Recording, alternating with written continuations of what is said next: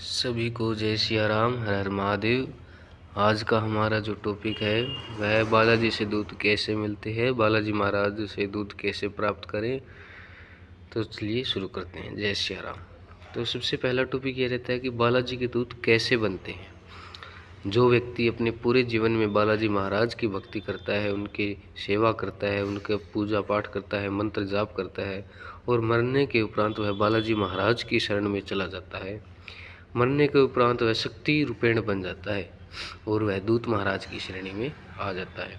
और दूसरा जो होता है वह जो रोग होता है, संकट होता है, और जो व्यक्ति मेहंदीपुर बालाजी महाराज में जाते हैं तो बाबा उन संकट को बंधन करके अपने पास रख लेते हैं और वो संकट जो है वो बाबा की सेवा करते हैं। कई वर्षों तक सेवा कर लेने पर बाबा की परीक्षा में पास होने के उपरांत ही वो बाबा की दूत की श्रेणी में चले जाते हैं। जिनकी ये सेवा करते हैं, जो संकट है ये जिनकी सेवा करते हैं, ये उन्हीं के दूत कहलाते हैं। जैसे प्रेतराज सरकार के दूत, भंगी बाड़े के दूत, भैरव बाबा के दूत। इसी प्रकार जो दूत के प्रकार है वे कई प्रकार के होते हैं। जैसे क्रिया के दूत जो क्रिया को काटते हैं, संकट के दूत संकट काटने वाले जो दूत होते हैं वो संकट के दूत होते हैं।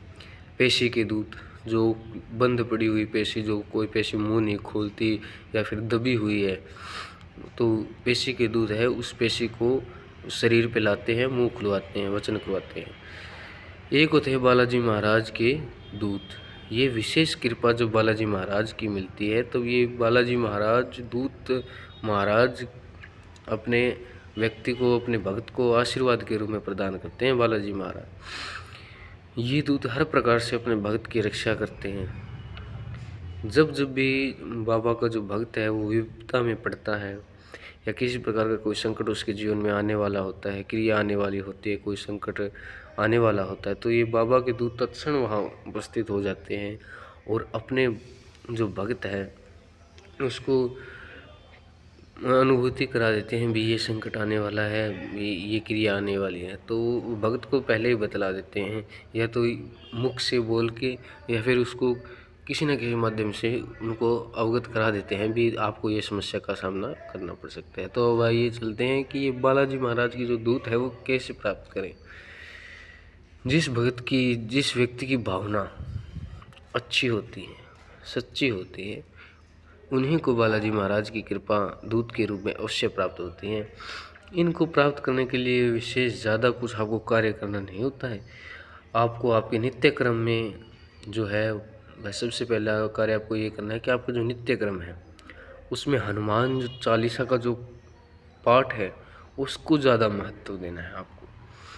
जैसे 5, 7, 11, 21 ऐसे आपको हनुमान चालीसा का नित्य प्रतिदिन पाठ करना है। बालाजी महाराज के मांस, मच्छी, अंडा, दारू, बियर, लहसुन, प्याज, इन सब का बाबा का परहेज रहता है, तो इन सब का आपको परहेज करना होता है। ज़्यादा से ज़्यादा हनुमान चालीसा करिए, राम जी का नाम गुणगान करिए, क्योंकि जहाँ राम जी का नाम होगा वहाँ बालाजी महाराज की कृपा अवश्य प्राप्त होगी। हनुमान जी के जो मंत्रों का है वो अधिक से अधिक जाप करिए, रामायण का, रामचरितमानस का पाठ करिए, और आपके आसपास जो भी कोई हनुमान जी का मंदिर होगा, कोई सिद्ध पीठ होगा बालाजी महाराज का जहाँ से मेहंदीपुर से जोत आई हो, तो वहाँ पे आप जाते रहिए। हर मंगलवार को, शनिवार को, पूर्णमासी को, जैसा भी आपको, जिस भी समय आपको टाइम मिले, समय मिले, तो आप वहाँ जाते रहिए। इससे बालाजी महाराज की जो तरंग है वह आपसे जुड़ जाएगी। और मंगलवार के जो व्रत है वह आप शुरू कर दीजिए। आप ऐसे कर सकते हैं भी, हे बाबा जब तक आप मुझे दूध महाराज प्रदान नहीं कर देते तब तक मैं मंगलवार के व्रत रखूँगा। या ऐसे भी आप कर सकते हैं कि 11 कर लिए, 21 कर लिए, 41 कर लिए। और बंदरों की सेवा, गायों की सेवा आपको करती रहनी है। जय सिया राम, हर हर महादेव। मिलते हैं अगली वीडियो में।